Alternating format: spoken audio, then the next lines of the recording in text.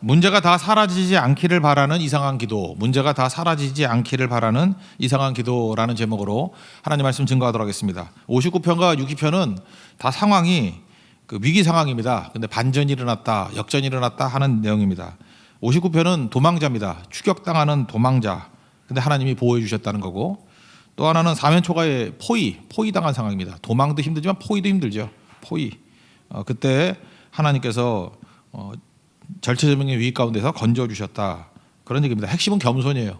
우리 하나님 앞에 겸손해지면 다 이기는 거거든요. 겸손은 뭐냐? 나를 부인하고 not I, but Christ, 주님만 의지하는 거예요. 하나님만 철저히 의지하는 거. 그래서 NIBC 얘기했죠. 갈라디아 2장 10절. 그죠? Not I, but Christ lives in me. 내가 아니라 내 안에 그리스도께서 살아계신 것이다. 그것이 있을 때 59편의 승리, 60편의 승리가 있다라는 것입니다. 이런 역전과 반전이 우리 삶 가운데도 그대로 일어나기를 원합니다. 먼저 59편입니다. 추격당하는 도망자 이야기입니다. 표제어를 한번 보십시오. 표제의 그 배경을 설명하잖아요.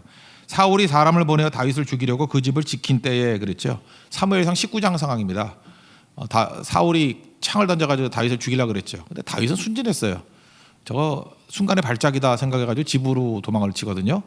집으로 갔는데 그 추격병들을 집으로 보냈잖아요. 그래서 포위해가지고 아침이면 죽이겠다, 뭐 그런 상황이에요. 그러니까 위기 중에 큰 위기였다라는 거죠. 그때 지었던 찬양입니다. 그때 지었던 기도라는 거예요. 여기서 첫째 알 수 있는 게 뭐냐면 다윗의 믿음은 굉장히 실제적이라는 것입니다. 그러니까 믿음이 액세서리가 아니라는 거예요. 믿음이 실제적인 힘이 되더라, 그런 얘기입니다. 1, 2절 보니까 위기 상황 속에도 주님께서 건지시고 또 구원하소서 이렇게 얘기를 합니다. 허물 없는 나를 치료하는데 나를 보호해 주세요, 그런 겁니다. 그러니까 믿음이 실제적인 힘으로 작동한다는 거예요. 이거 언제 그렇죠? 이게 체험이 쌓이면 그래요. 체험이 쌓이면 우리가 이게 긴가민가 하잖아요. 이게 우연인가 하나님의 도우심인가. 근데 처음에는 하나님의 도우심이라 믿다가 좀 시간 지나면 우연 같거든요. 근데 이것이 계속 쌓이다 보면 이게 우연이 아니구나, 하나님이 도우심이구나. 그래서 실제적인 믿음이 된다니까요. 다윗은 그런 게 있잖아요. 골리앗 앞에서도 실제적인 믿음이 그 과거 것을 들춰내잖아요. 곰의 발도 사자의 발톱에 나를 건져내셨다. 이게 계속 쌓이는 거거든요. 그 사도행전 12장에 보면은 베드로가 감옥에 갇혔습니다. 그때 예루살렘 교회의 믿음이 실제적이죠. 간절히 기도했더니 풀려나잖아요. 옥문이 열려가지고. 근데 그때 긴가민가 하죠. 그렇게 쌓여가지고 나중에 예루살렘 교회는 믿음의 교회가 되잖아요. 하나님이 하신 거 기적이다 그러놓고 나중에 또 우연이다 이렇게 오락가락 하다가 이것이 쌓이면은 진짜가 된다는 것입니다. 그래서 중요한 게 뭐예요? 반복이에요. 우리 교도 이게 선교를 이렇게 반복하고 예배를 반복하고 이런 게 많지 않습니까? 반복이 좋은 게 뭐죠? 처음에는 다 느껴요. 순간적으로 하나님의 도우심이라고. 근데 조금 지나면 인간은 의심이 온다니까요. 이게 우연인가 긴가민가 뭐 이런다고요. 그런데 또 그런 일이 금방 사이클이 짧으니까 또 그렇고 선교도 뭐 1년에 15번씩 하니까 선교할 때마다 매번 똑같은 걸 느끼잖아요. 그러니까 선교 1년만 다니면은 흔들리는 믿음이 굳건해진다니까요. 그렇지, 이게 어떻게 우연일 수 있어. 하나님이 살아계시는 거야. 그래서 이렇게 하나님이 역사하시는 거에 대한 실증하는 사이클이 짧아지면은, 반복이 짧아지면은 믿음이 굳건해진다라는 것입니다. 그런 의미에서 다윗은 실제적인 믿음이라니까요. 이 구체적인 믿음이 된 게 뭐냐 하면 사이클이 짧기 때문에 그래요. 하나님이 도우셨다. 1절부터 5절까지 내용을 읽겠습니다. 시작. 나의 하나님이여, 나의 원수에게서 나를 건지시고 일어나 치려는 자에게서 나를 높이 두소서. 악을 행하는 자에게서 나를 건지시고 피 흘리기를 즐기는 자에게서 나를 구원하소서. 그들이 나의 생명을 해하려고 엎드려 기다리고 강한 자들이 모여 나를 치려 하오니 여호와의 이는 나의 잘못으로 말미암음이 아니요 나의 죄로 말미암음도 아니로소이다. 내가 허물이 없으나 그들이 달려와서 스스로 준비하오니 주여 나를 도우시기 위하여 깨어 살펴주소서. 주님은 만군의 하나님 여호와 이스라엘의 하나님이시오니 일어나 모든 나라들을 벌하소서. 악을 행하는 모든 자들에게 은혜를 베풀지 마소서. 그래서 하나님 앞에 실제적인 믿음. 위기 상황이 오면 안절부절하는데 다윗은 액세서리가 아니죠. 믿음이 실제적으로 힘을 발휘해가지고 하나님의 도우심을 끄집어내더라는 것입니다. 하나님의 도우심이 뭐죠? 하나님의 섭리예요. 은혜의 손길이 그를 도와주더라는 거예요. 이게 미스테리거든요. 어떻게 이런 일이 벌어지느냐. 사실은 두 가지 미스테리예요. 하나는 사울의 딸인데 미갈이 자기를 돕는 거죠. 물론 아내기 때문에 돕는다 그러지만 따라 나서지도 않잖아요. 혼자 가라고. 그런 거 보면은 미갈이 뭐 다윗을 그렇게 사랑했나? 나 잘 모르겠어요. 그죠? 그럼 같이 가야 될 거 아니에요. 근데 당신만 가라고. 나는 왕궁에 있겠다고. 그러면서 이렇게 버티는 거 보면은 사울의 딸이 다윗을 도왔다? 이것도 미스테리고, 또 하나 추격군들이 와가지고 포위만 했어요. 왜 아직까지 왜 기다려? 그냥 들어가서 덮치면 되는데, 그죠? 그 어리석은 일이죠. 그때 미갈이 도운 게 뭐죠? 지금 당장 가라고. 그 사무엘상 19장 11절부터 13절까지 보면 그 내용이 나와요. 오늘 밤도 여기 있으면 죽는다. 아침 되기 전에 도망쳐야 된다. 그리고 이 추격군들은 또 뭐예요? 그 정문만 지키고 있어요. 창문은 안 지키고. 이 바보 아니야? 그 창문에 내려가지고 가잖아요. 그래서 일단 도망을 쳤죠. 그다음에 아침에 왔을 때 시간을 벌어주죠. 미갈이 아프다고. 그랬더니 이놈들이 바보 같은 놈들이에요, 그죠? 그러면 덮쳐야 되는데 또 가가지고 사울에게 아프대요. 그랬더니 아프긴 뭐가 아파 임마, 빨리 가서 잡아와. 그래서 가봤더니 우상이죠. 마네킹이죠, 마네킹. 우상에다가 이렇게 염소 털해가지고 덮어놓은. 그래서 사울이 펄펄 뛰지 않습니까? 근데 그 사이에 벌써 보세요. 하루 이상 지났잖아요. 다윗이 충분히 도망갈 수 있는 상황이 된 거죠. 그러니까 잘 보세요. 미갈의 도움, 추격군들의 어리석음, 이게 다 미스테리죠. 우리가 지나놓고 보면 그것도 우연의 일치지 뭐 어쩌다 그렇게 된 거지. 그게 아니라는 거예요. 하나님이 도와주셨다라는 거예요. 그래서 하나님이 도우시는 사람들은요, 미스테리가 많아요. 우연 같은 게 되게 많다고. 우리 얼마 전에 6.25 있지 않았습니까? 6.25의 그 미스테리 중에 하나가 뭐냐면 북한군이 개성 하루 만에 점령하고 서울 3일 만에 점령했거든요. 그래서 계속 밀고 내려왔으면 우리 수습이 안 되고 그 미군이나 유엔군 들어올 여유가 없어요. 왜냐하면 그 제주도 빼놓고 다 점령 다 말했으면 고민하잖아요, 그죠? 이게 발판이 없으니까, 교두보가 없으니까 개입할까 말까 이런 고민이 있을 건데, 그 이상해요. 그 북한군이 서울에서 3일 동안 그냥 머물러 있었다니까. 그 미스터리 아직도 안 풀려요. 그래서 여러 가지 얘기를 해요. 북한 쪽을 좀 옹호하는 사람은 이렇게 얘기한다고. 북한이 순수하게 남북 합동 국회를 만들기 위해서 서울만 점령하려고 그랬다. 그래서 북한 국회와 남한 국회를 합쳐서 통일 국가를 만들려고 그랬다. 그건 말이 안 되죠, 그죠? 예. 하여튼 북한 옹호하는 사람은 그렇게 얘기하는 경우도 있어요. 두 번째 내용은 뭐냐면은 이것도 북한 쪽 입장에서 하는 얘기예요. 남노당이 있었잖아요. 남한의 그 노동당. 박헌영이 너무 뻥쳤다는 거예요. 호언장담했다는 거예요. 서울만 점령하면은 남한에 있는 민중들이 다 들고 일어나가지고 공산당 지지할 거라고. 뻥이죠. 다 피난하고 뭐 공산당 싫어했잖아요, 그죠? 그래서 그렇게 얘기하는 경우도 있어요. 그거 봉기를 기다리고 있었다. 그 세 번째는 이게 제가 볼 때 더 의미가 있는 것 같아요, 그죠? 이게 동부전선에 그 춘천이나 강원도 이쪽에요 6사단하고 8사단이 있었는데 여기가 되게 선전했어요. 여기 안 밀렸어요. 그러니까 서부전선만 이렇게 밀고 들어올 수는 없잖아요. 그러면 자기들이 퇴로가 막히니까 이래서 머물렀다. 근데 그것도 사실은 이게 근거는 있지만 그랬을까 그런 생각이 들어요, 그죠? 최근에 들은 건 그거예요. 북한이 그 조선 왕조 같이 김씨 왕조잖아요. 그래서 걔네들도 왕조실록을 쓴대요. 김일성실록 뭐 이렇게, 그죠?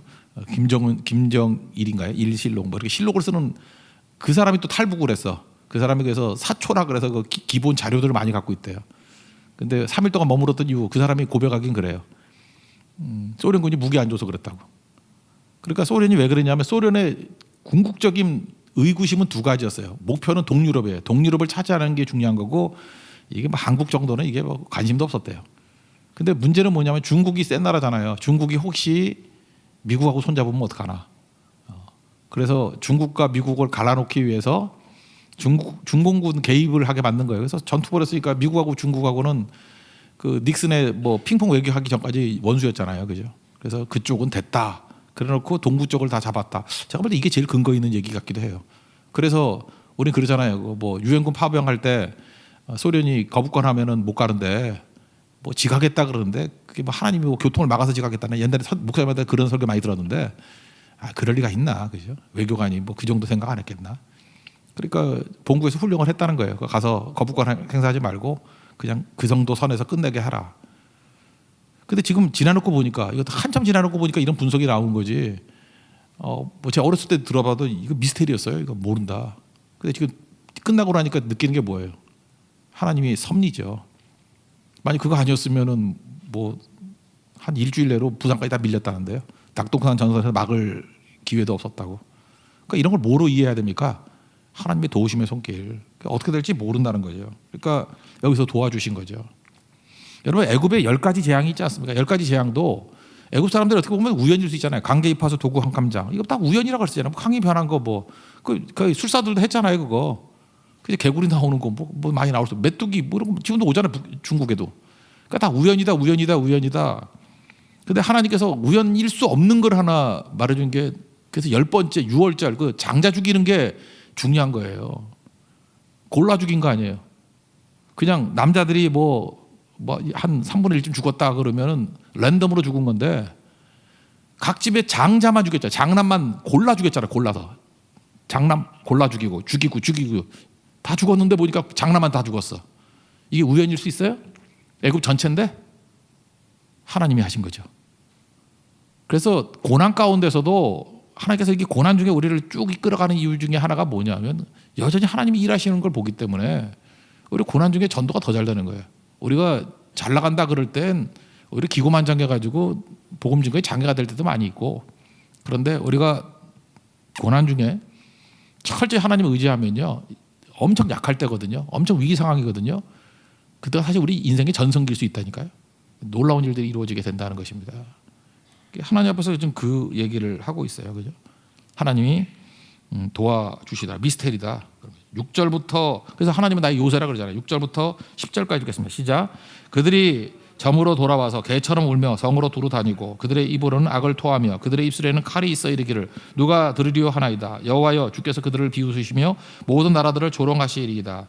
하나님은 나의 요새이시니 그의 힘으로 말미암아 내가 주를 바라리이다. 나의 하나님이 그의 인자하심으로 나를 영접하시며 하나님이 나의 원수가 보응받는 것을 내가 보게 하시리이다. 세 번째 얘기는 이거 연장선인데 조금 전에 얘기했던 게 그거예요.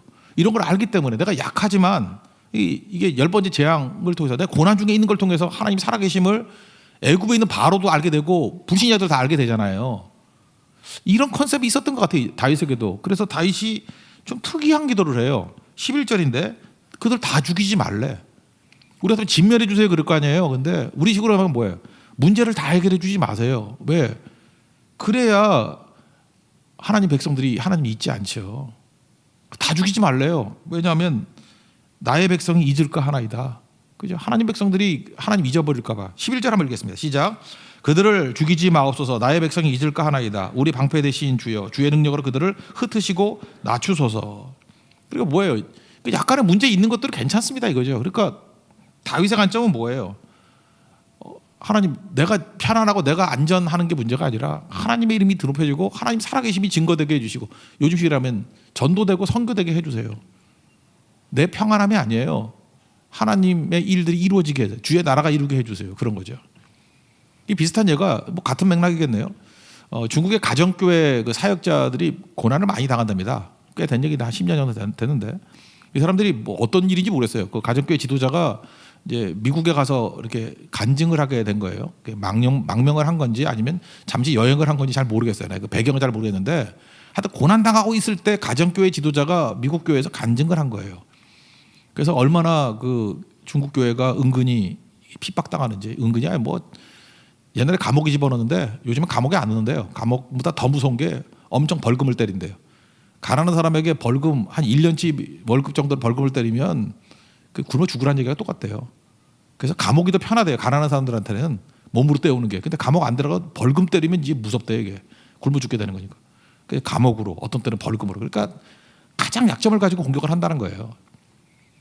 그래서 간증을 쭉 하고 어려움들 쭉 얘기하니까 성도들이 이제 감동을 받고 막 눈물을 흘리고 야, 저 고난 중에 저렇게 살아있는 교회가 있구나.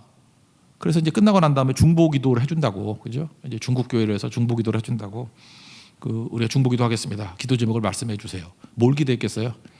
빨리 이 고난을 벗어나게 해달라고, 환난에서 우리를 건져달라고 그런 기도 제목을 낼 줄 알았대요. 근데 그 중국 교회 지도자가 기도 제목을 낸 게 뭐냐 하면은 핍박 중에도 견디게 해달라, 그걸 기도해달라 그러더래요. 그러니까 은근히 보면 뭐 일부러 핍박이 와달라 그건 얘기는 아니지만 핍박 없애달라는 기도는 아니더라는 거예요. 핍박이 있으면 있는 거지 뭐 그런 태도들 해요. 다윗하고 똑같죠. 핍박이 있으면 있는 거죠. 그렇지만 견딜 수 있는 힘을 달라고. 왜냐? 핍박이 강해지면서 견디니까 공산당들도 믿더래요.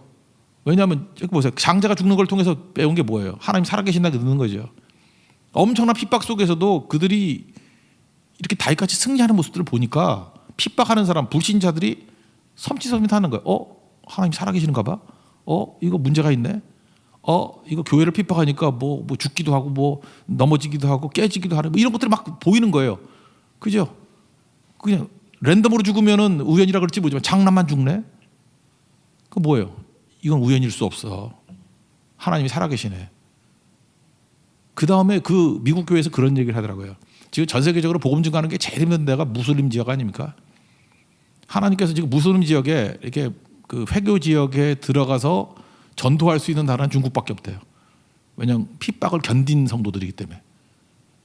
얼마든지 핍박을 견디고 핍박 중에도 부응하는 것을 체험했대요. 우리 한국교회는 어때요? 무슨 뭐 코로나 바이러스 하나 된다고도 뭐 벌벌 떨고 뭐 그죠?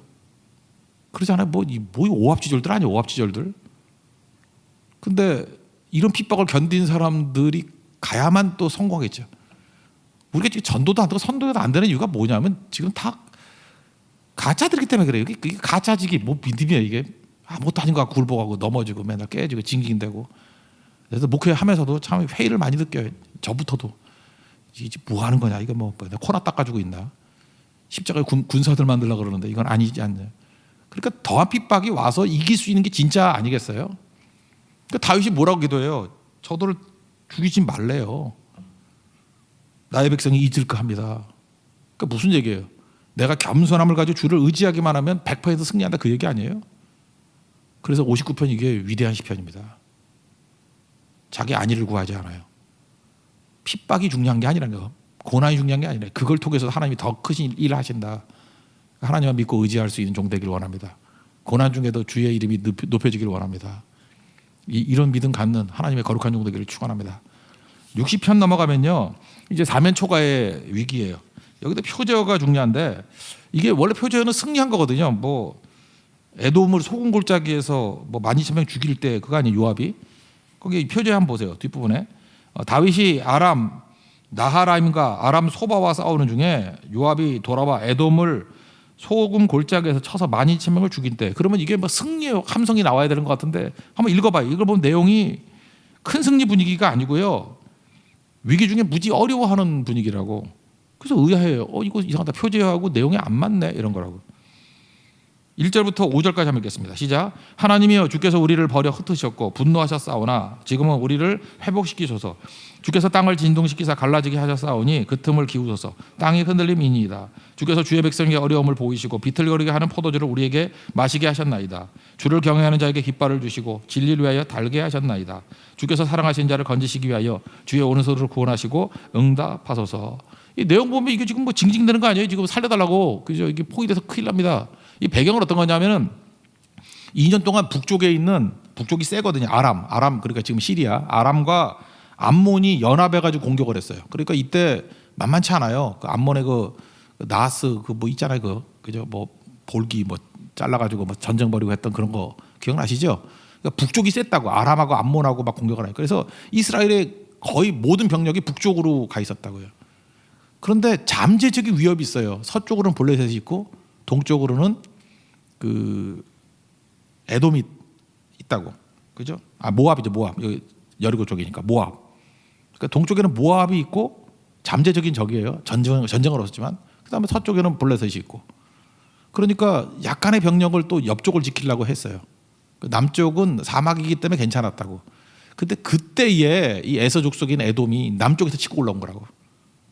그때 다윗의 심정 아시겠어요? 병력의 90%가 북쪽으로 가 있고 동서에 위협이 있을 것 같아서 약간 수비대를 뒀고 남쪽까지 지킬 여력은 없어요. 여기 사막이기 때문에 여기는 방심했거든.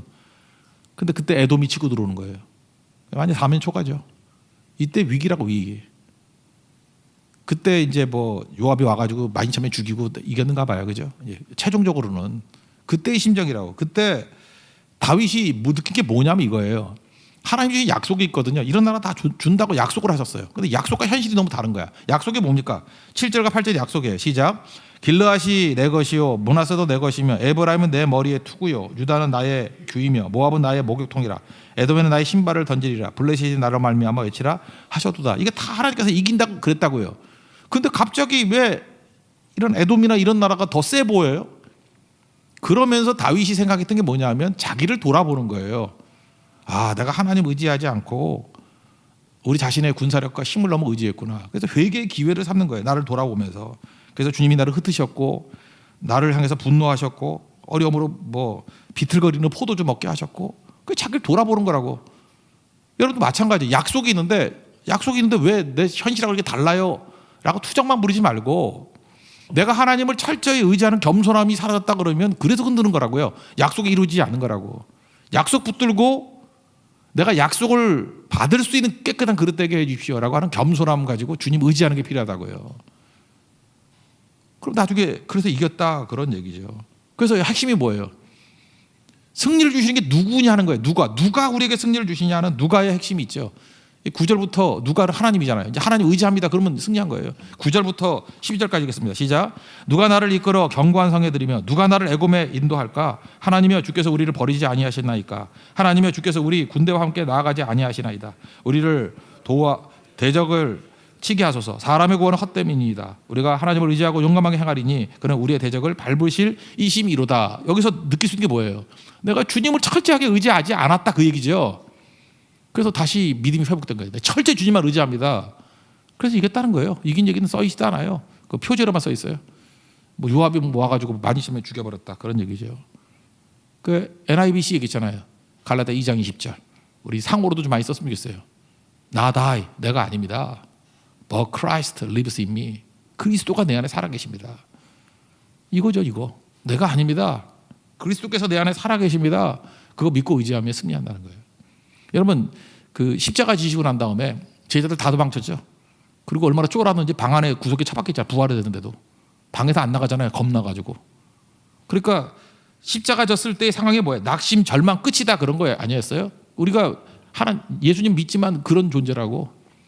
근데 부활의 주님을 만나고 난 다음에 회복되기 시작했죠. 부활의 주님을 만나고 난 다음에. 그러고 나가서 120명이 모여서 기도하고 간구했을 때 폭발이 나잖아요. 그게 오순절 아니에요? 그래서 전체를 다 변화시키는 능력이 나타나게 되더라는 것입니다. 그러니까 결국 보세요. 예수님 만나고 예수님 믿고 하는 사람은 똑같아요. 근데 똑같이 예수님 믿지만 십자가에 달려서 죽은 예수님만 믿는 사람들은 방 안에서 쫄고 있다고. 지금도 다 예수 믿잖아. 믿으면서 부들부들 떨고 뭐 어쩌나 이러고 있고. 근데 부활의 주님을 만나면 살아계신 주잖아요. 그죠? 내가 살아나게 될 것이고 그것이 흘러넘쳐서 믿지 않는 사람조차도 다 알게 되잖아요. 부흥을. 그게 진짜라는 것입니다. 그게 사도행전의 역사라는 거예요. 그런 의미에서 어찌 보면은 이 60편은요. 약속을 붙들고 있던 백성들이 이렇게 하나님 앞에서 흐리멍텅해져가지고 절망과 좌절 속에 빠져있는 십자가 이후의 제자 같은 모습이에요. 살아계신 하나님을 만나고 난 다음에 만천하에 알리게 되는 거죠. 이거 알면 뭐예요? 그래서 사도행전에 나오는 백성들의 특징이 뭐예요? 우리 편안하게 해달라 그런 거 하나도 없잖아. 그죠? 고난이 있으면 어떻고 핍박이 있으면 어때요? 주께서 나와 함께 해주시면 오히려 핍박 중에 주를 잘 의지하면요. 그때 더 많이 전도가 되고 더 많이 전파가 되고 그때가 우리 전성기예요. 오히려 여러분 내 삶에 문제가 하나도 없고 그냥 만사형통이고 너무 잘 되기만 해. 그 위기예요 그거. 하나님 그 별로 쓸 데가 아니라고. 그때 영향 없어요. 어떻게 하면 이거 지키나 이러고 있지. 근데 문제가 많고 고난도 여전히 있고 그런데 이상하게 내가 주님을 향한 믿음은 더 뜨거워져. 하나님에 대한 확신이 있어. 그때가 전성기예요. 애굽의 장자를 골라 죽이는 때라고 그때가. 아시겠어요? 애굽의 군대가 오고 있지만 홍해에서 다 몰살시키는 시기라고요. 내가 갇혀있지만 하나님께서 옥문을 여시는 시기고. 우리 크리스찬의 전성기가 언제인지를 꼭 아십시오. 하나님만 철저히 의지해서 하나님이 우리에게 승리 주실 때가 전성기입니다. 환경이 아니라는 거예요. 오늘도 주와 동행함으로 우리의 전성기를 맛볼 수 있는 믿음의 종되기를 축원합니다. 자리에서 일어나겠습니다. 신사도행전 찬양하겠습니다.